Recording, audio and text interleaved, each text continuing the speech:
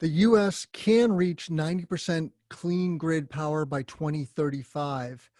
Welcome to SolarWorks for Illinois. I'm Tim Montague, your host.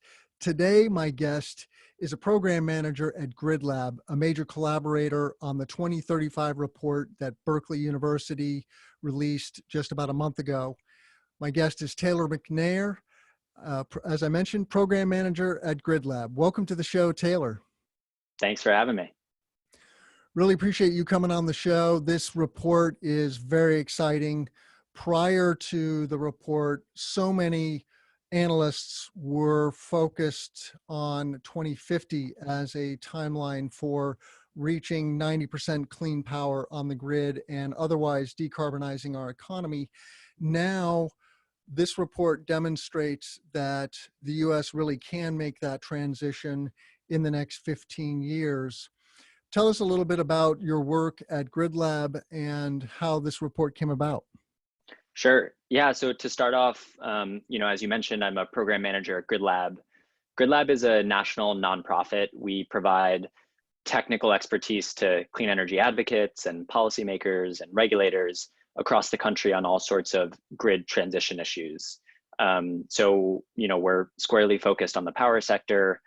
We work on sort of both bulk system issues as well as distribution system issues, everything related to resource planning and grid modernization, decarbonization, et cetera. Gridlab has some experience working on similar projects like this, but really nothing of the scale that we produced with UC Berkeley. The 2035 report really came out of, some conversations with researchers at Berkeley who were looking at the cost of renewables, specifically wind, solar, and battery storage over the past year or so, and forecasting those dramatic cost declines out over the next 10 to 15 years. And what those researchers at Berkeley found was that most recent studies analyzing, decarbonization of the power sector were really missing some of the dramatic cost declines that have happened in just the last 12 to 24 months. So with that information, we embarked on a year-long exercise to see what those dramatic cost declines in wind, solar, and battery storage means for decarbonization of the power sector. Indeed. And just for our listeners, the full name of the report is 2035, the report, Plummeting Solar, Wind, and Battery Costs Can Accelerate Our Clean Electricity Future. And you can find the report at 2035report.com. And there's a very robust website. So I encourage listeners to check that out. And it's just a wonderful, wonderfully lucid description of how we could do this. But it does shine a light on very early in the executive summary that we can't do this with business as usual. We need additional and robust policies to take us in this new direction.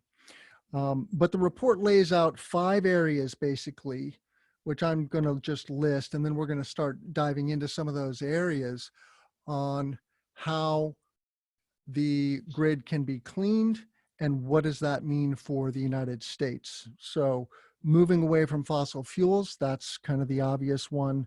Plummeting renewable energy costs. We all know this is happening, and this is a major driver for the possibility of getting 90% clean grid by 2035. Building a renewable energy future, which is cleaner and greener and healthier. Jobs in the economy. This means major economic growth opportunities for the US economy in the post-COVID economy, or just the COVID economy as we are in the midst of now in July 2020. Jobs in the economy are front and center. And it's such a win-win that we can make this transition and create hundreds of thousands of jobs. And then there are major implications for health and the environment. As many of our listeners know, burning fossil fuels kills people. It creates air pollution that causes premature death in humans en masse. And making the transition to clean energy is going to reduce human suffering and improve human health and welfare. And then there are major policy requirements to get us there, to get us to a 90% clean grid by 2035. That kind of also goes without saying, because it's obvious to most of us in the industry and many of our listeners that we're just not on this path yet. But the good news is we can get on this path. We just need to decide to get on it. So let's dive into some of the findings of the report at a very high level, I guess. What does the report tell us about moving away from fossil fuels? Sure. Yeah, so just to give a little bit of context for the report, essentially what we do is we model two key scenarios of the entire US electric grid, one that we call the no new policy scenario and one that we call the 90% clean scenario. In the no new policy scenario, that's really business as usual, where despite these dramatic cost declines, we see that by 2035, the power grid really only reaches around 55% clean energy. In our 90% clean energy scenario, we actually require the model to hit 90% clean. So we sort of establish a clean energy standard. And what we find is, a rapid retirement of coal, a dramatic growth of wind battery storage and solar. And importantly, we maintain a lot of existing gas to sort of balance the grid and provide a little bit of backup when those renewables drop off in generation a little bit. So importantly, what the findings show is that over the next 15 years we can stop building new fossil fuel plants. We need no new gas plants in our quest to reach 90% clean energy. We retire all the existing coal in the system over the next 15 years, and we dramatically expand battery, wind, and solar capacity. Yes, it's such a beautiful thing. We're going to retire all of the coal and not grow additional gas-fired power plants. And we are going to add 70 gigawatts of wind and solar a year for the next 15 years to achieve the plan, which is music to our ears, right? This is high-wage jobs and a sustainable, resilient, reliable grid. So it's just a win-win-win. Why do you think it's taken until now for this aha moment? Yeah, that's a great question. I'm sure lots of people have different opinions about that, but I think a lot of it has to do with just inertia in the energy industry. Obviously, for years, economists and energy analysts and industry professionals have been talking about how dramatically the cost of solar is coming down, how dramatically the cost of wind is coming down. But no one has really realized that those dramatic cost declines are here today. And what we found is by taking a look at the existing landscape of currently signed projects, projects that are going in the ground right now, we found that those dramatic cost declines that researchers a year or two ago were predicting would happen over the next 5 or 7 years have actually already happened. And that seems to be really a key feature of the inputs. The fact that those costs are happening now, and they give us the opportunity to really accelerate this energy transition that lots of folks have been claiming will take a lot longer. Yeah, the statistic that I use in the solar industry is that the cost of solar has come down about 90% in the last decade. And of course, the first thing that people realize when they start digging into any scale solar is that the technology is still relatively expensive. But now it's more affordable than ever. And now we are reaching grid parity. So major buyers of energy assets are simply looking at their portfolios going, yep, we are going to retire our coal and gas facilities and transition those to wind, solar, and storage. You see this here in the Midwest. Of course, you see it in California and on the coasts as well. The Midwest is happening a little later than the coasts, but even right now, we have major announcements all around us here in MISO and PJM that major utilities are going to make this transition in the next 10 to 20 years. And so the economics are on our side. Right. And then there's all these follow-on effects. One of the statistics that really pops out is the creation of 500,000 jobs per year when we make this transition, because let's face it, this is a lot of infrastructure. Today we're installing 14 gigawatts of solar every year. I don't know what the mix is in that 70 gigawatts, maybe 50-50, but so it's a major uptick in what we're installing, and that takes people. It takes high-paying installers, but also all of the people supporting those projects, from developers, analysts, salespeople, project managers, engineers, finance gurus, et cetera. The full spectrum of employees are involved in the energy sector, in the renewable energy sector.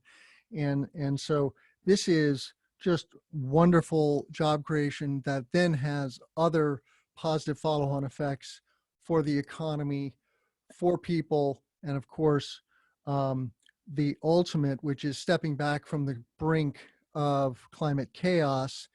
And, you know, that brink is ever more present, right? In 2018, the report points out that the IPCC announced that we have until 2030 to reduce our carbon footprint globally by 50% if we want to avoid more than 1.5 degrees C rise, right? And that is theoretically the really bad tipping point. Many scientists believe that we've already crossed the tipping point in terms of the albedo, right? The reduced snow and ice that we have in the poles, the increase in temperature in the oceans, et cetera. There are so many snowball effects that are taking place, and we truly don't know where these tipping points lie. It's hypothetical. We do know from experience that things are happening, change is happening, sea level is rising, climate is changing, and there are more floods, fires, droughts, and life is going to get even more weird. I tell my children, prepare for change, because change is coming, and hopefully humanity will rise to the occasion. So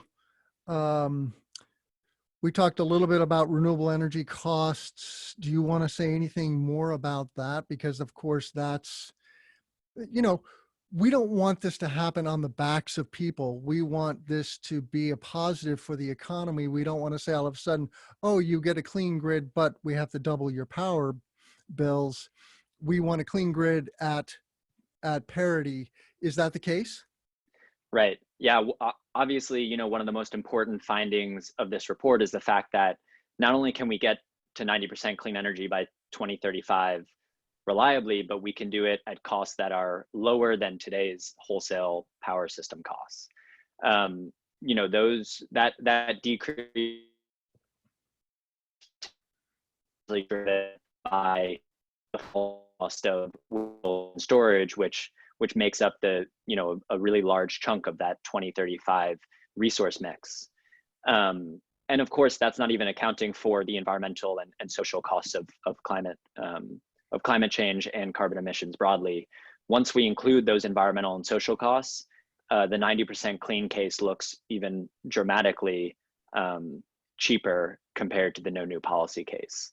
So yes, you know, as you said, we recognize that moving to a 90% clean power system is not only a huge win, you know, for human health, For jobs, as you mentioned, we see, about 500,000 new jobs in the energy sector each year.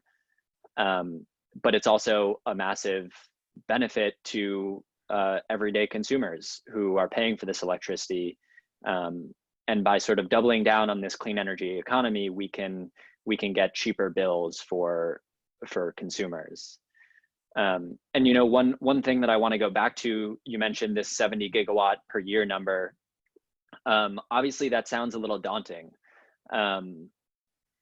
We find that to get to 90% clean energy by 2035, we're going to have to grow the power sector by about 1,000 gigawatts. That's basically doubling the current size, the size of the current US power grid. That averages out to around 65 or 70 gigawatts of new wind and solar per year. Again, it's about split 50-50 wind and solar.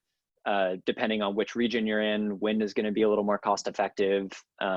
In some parts, solar is going to be more cost effective in other parts. And that 70 gigawatts sounds really daunting. I think that the maximum solar build year is somewhere around 16 or 18 gigawatts. We have to do 2 or 3 times that every year for the next 15 years. But it's not impossible. In the early 2000s, this country built 65 gigawatts of new natural gas plants. So there's nothing to say that we can't do that for wind and solar. And importantly, you mentioned that some parts of the country have been faster on this energy transition. The Midwest is certainly sort of on the heels, but rapidly joining New York and the Carolinas and California. What we find is that these dramatic cost declines are not unique to one part of the country. They exist everywhere, which means that these 70 gigawatts of new wind and solar that we build each year will be spread out across the country, everywhere from California and New York to the Midwest and the Southeast, which provides some significant benefits both to the state and local economies and also employment across the nation. Do you know what the role of energy storage in all of this is? I did not dig into that. We are passionate for solar and storage. Storage is the holy grail for renewable energy, of course, because it broadens the shoulders, right? So if it's not sunny or if it's not windy, then you can leverage storage. Where does that fall in the mix here? Yeah, great question. So obviously storage plays a key part in this 90% clean future. We end up, in our modeling, we end up building about 150 gigawatts of new battery storage over the 15-year period. So again, about 10 gigawatts of new battery storage each year. Mm-hmm. And as you mentioned, yeah, battery plays a critical role, not just for balancing the grid daily, but also for providing some backup in periods where renewable generation drops off for longer periods of time. So as I mentioned, that 90% clean grid in 2035, essentially what it looks like is about 70% wind and solar with about 20% other clean resources, so nuclear and existing hydro. And then we keep about 10% of the existing gas system online to sort of help balance out. The gas system plays a small role in sort of meeting those peaks in demand, but battery storage also plays a key role in serving a similar purpose. So of course, storage is going to play a crucial role. We know that after 2035, to achieve that last 10%, storage is going to become even more important. Perhaps, longer duration storage than just the 4-hour duration in-year period. Yeah, that 150 is crucial to balance the system and integrate all those renewables. Excellent. Yeah, I mean, we already see major projects in California, the Eland Solar and Storage Project, for example, in LA, where they're replacing a natural gas plant with wind, solar, and storage. So these projects are very real and very prescient. Let's talk a little bit about the health and environmental impacts of this transition. I'm a huge fan of a healthier environment, both for humanity's sake, but also for the globe's sake and for all living things. But what are the implications when we clean the grid for human health? Yeah, I think the human health and environmental benefits are perhaps the most striking finding of what happens when we decarbonize the power sector so quickly. We find that, of course, about 200 gigawatts of the existing coal fleet drops offline over the next 15 years, which has the benefit of dramatically reducing SOx and NOx emissions, as well as carbon emissions. And the reduction in those air pollutants drives significant benefits for human health. We see that we avoid around 85,000 premature deaths. That combined with the avoided social cost of carbon gives us about 1.2 trillion in environmental and human health gains. And again, that's really largely driven by dramatically eliminating all existing coal-fired power on the grid and preventing the construction and proliferation of new fossil fuel assets. So those human health benefits are quite dramatic. If we can retire even more of that existing gas, we can see even some more localized human health benefits. But 1.2 trillion benefits over in human and environmental health over the next 15 years is quite dramatic, I'd say. I wonder if those calculations include the benefits of not having to accommodate climate change, right? All of the storm damage that is going to occur to the coasts, the coastal cities of the US because of sea level rise and more storms. Do you know?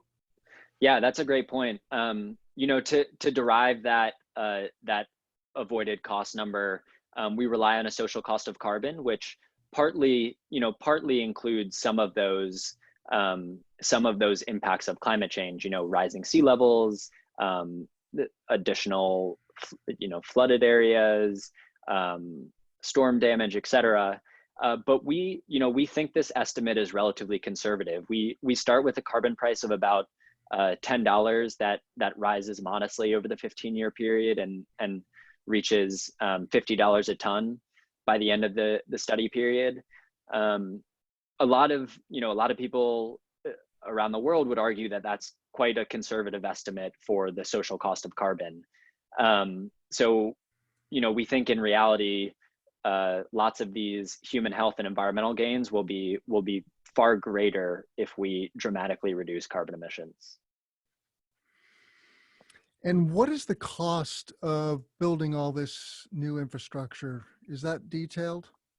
Yeah, a little bit. As mentioned, we know that we can get to 90% clean electricity by 2035 at lower cost than today.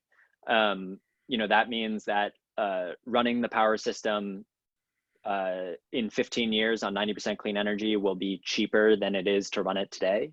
And that's largely because the costs of these new renewable generating resources are far cheaper than than running existing fossil fuel plants.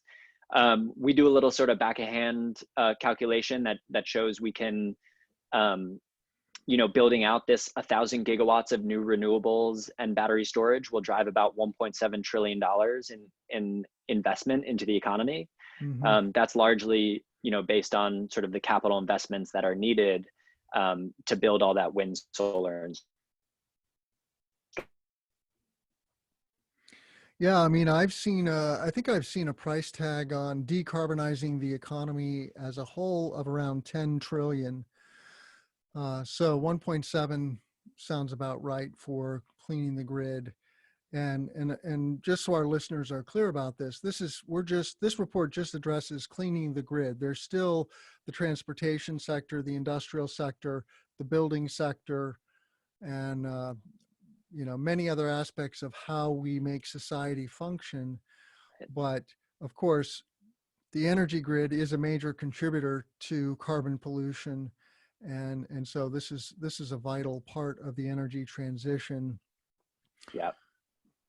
Yeah, and that point is really key. You know, one of the sort of impetuses for drilling in on this study was the fact that in order for us to decarbonize all those other sectors of our economy, to get fossil fuels out of buildings, to get fossil fuels out of transportation, we need to start with the electric grid. And if we wait to 2050 to decarbonize the electric grid, that doesn't give us any time to decarbonize the rest of the economy. So by accelerating this decarbonization of the power sector, we can then begin to electrify everything else, plug it into this now clean power sector, and get on our way to accelerating economy-wide decarbonization. It's such a both and we need to do both. We need to be all hands on deck, and so we've talked about jobs, we've talked about scaling renewables, we've talked about the health impacts. What about these policy implications? What are the policy recommendations to get onto this trajectory? Yeah, great question. So of course, you know, a 90% clean electricity grid by 2035 requires pretty dramatic changes to our current regulatory and policy frameworks. You know, as it stands right now, we are not on this path. And in order for us to get here, we highlight, you know, a series of policy levers that we can pull to help get us on this road. If you go to 2035report.com, you'll see sort of an accompanying paper that lays out these policy recommendations written by our friends at Energy Innovation, which is another think tank based out in the Bay Area that provides policy support on lots of these issues. So Energy Innovation, in that accompanying paper, they detail you know, a list of 12 or 14 policy recommendations. The first of which is really buoyed by this clean energy standard. So Energy Innovation recommends the federal government establishing a 100% clean electricity standard by 2045, 90% by 2035, and incremental goals there too. And then there's a whole host of additional things to help us achieve, you know, some of the human health benefits that we outline, to achieve the employment benefits that we outline. For one of those, for example, is reinstating and extending the production and investment tax credits for renewables, and maybe making those a little more liquid, even in the form of direct payment. Another recommendation is to reinstate the manufacturing, you know, advanced manufacturing tax credit to boost manufacturing of these clean resources. This is, you know, particularly important in this COVID economy that we're living in and will be living in for the next few years.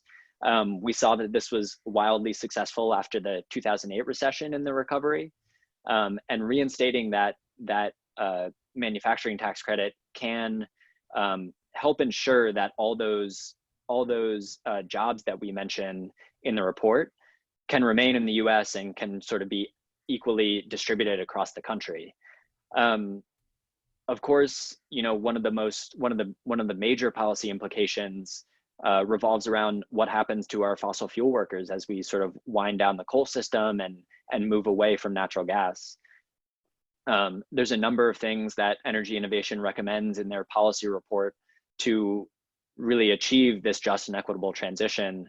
Securitization is one tool in which states can enable their utilities to retire coal plants early and pay off that debt over a period of time with ratepayer or government-backed bonds.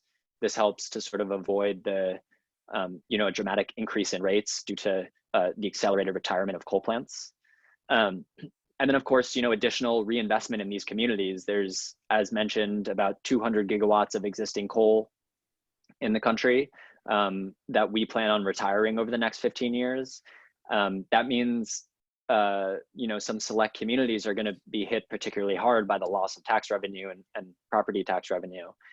So by providing direct investment into those communities, by incentivizing solar and wind developers to show up to those communities hire workers and provide new sources of tax revenue and new sources of direct employment is a great opportunity. So that's just a handful of them. There's a really detailed list that sort of targets not only the federal government, but what state governments can do, what public utility commissions can do to sort of drive this transition and realize all of the benefits that we outline in the report. So I definitely encourage everyone to check out the website and check out some of the policy briefs that are on there to help achieve some of these goals. Great, thank you for that. You know, it is rather uncomfortable that we don't have a national RPS in the United States. So many other countries, especially in Northern Europe, but all over the globe, have set goals for cleaning their grid and cleaning their economies. And we are not leaders in this on a national level. Now, many states in the US, over 100 cities and states now have set 100% renewable portfolio standard goals. And that's very laudable and, and appropriate, but it is going to tremendously help with this scale of a transition to have federal leadership. And 70 gigawatts a year for 15 years is totally non-trivial and requires a ground up and a top down approach in parallel, I would argue.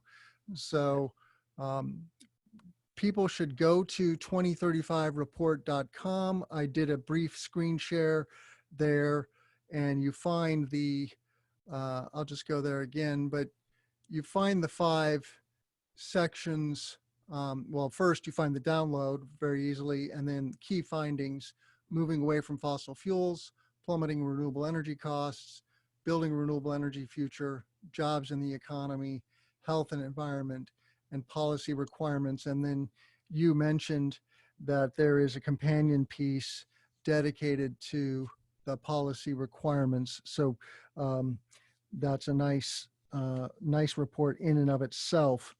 Yeah. So, and I'll also add, while you're here, we also have the Data Explorer on the website, which is a really fantastic interactive tool for folks to dive into the detail. Obviously, I'm sure many of your listeners are interested in what this means for Illinois and what this means for the Midwest broadly. We have all that data.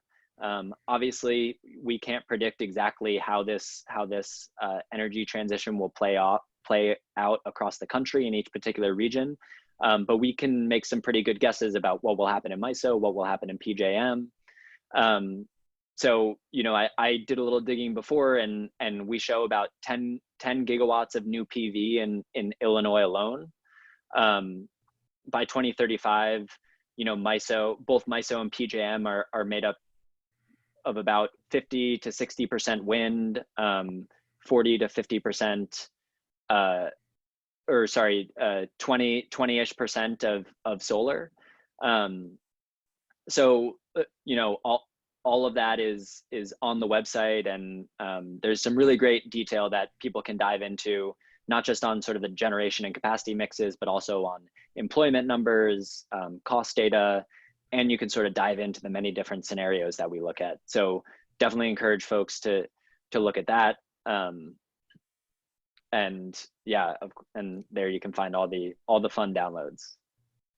Wonderful. Yep, I can see this is a very rich tool, and one that many of our listeners will enjoy using and exploring. So check out the 2035report.com. Well, Taylor, our time is almost up. What else should our listeners know about the 2035 report? How are you feeling about the odds of this becoming a reality? Yeah, good question. I I mean, for one, we're really excited about this report. We're really excited about the traction that it's gotten in sort of the mainstream press and the industry as a whole. Basically, what we're saying is that we can reach 90% clean electricity by 2035 at costs lower than today, all with existing technology. It just requires aggressive policy levers and a bit of acceleration in what we've been doing really well for the past few years. We were really excited to see that the House Committee on the Climate Crisis released their big 500-page climate report just a week or two ago. We were really happy to see that they cited this report as sort of a key indicator that this transition is possible. We know that the cost of wind, solar, and storage only continues to drop. It's possible that these cost reductions are achieved even sooner or hit even more dramatic depths in terms of low costs, which will only accelerate this transition. And we know that we need to move fast in order to decarbonize the economy. We know that the power sector is the best way to begin that decarbonization. We just have to get out there and do it. So we're really excited about what we found in this report, and we really hope that policymakers, both statewide and federally, take this to heart, to know that we can achieve this 90% clean goal without increasing costs to consumers and providing massive economic, employment, human health, and environmental benefits. And to any of our listeners who want to do some Q&A, I am going to host an interview with Julian Spector of GTM, that's Green Tech Media, on July 28th. That's a live event with pre-registration. Just go to our website, cesnrg.com/podcast, and you can register for that free event. Space is limited, so please sign up today. And also check us out on YouTube. We have a robust YouTube channel where all of these videos and interviews are posted. Please subscribe to our channel, give us a thumbs up, and comment and share the content with your friends. We really want more people to be aware of all of these innovations, challenges, and opportunities. And this is a big, big opportunity for current generations and future generations. Anybody interested in getting into the energy sector should know that we have 50 years of pure growth in the clean energy economy. So no matter your interest, you will find a place in the clean energy economy. Taylor, I want to thank you for joining me today. It's been a great pleasure. Thank you, Tim. It was great speaking to you. I'm Tim Montague. Let's grow solar.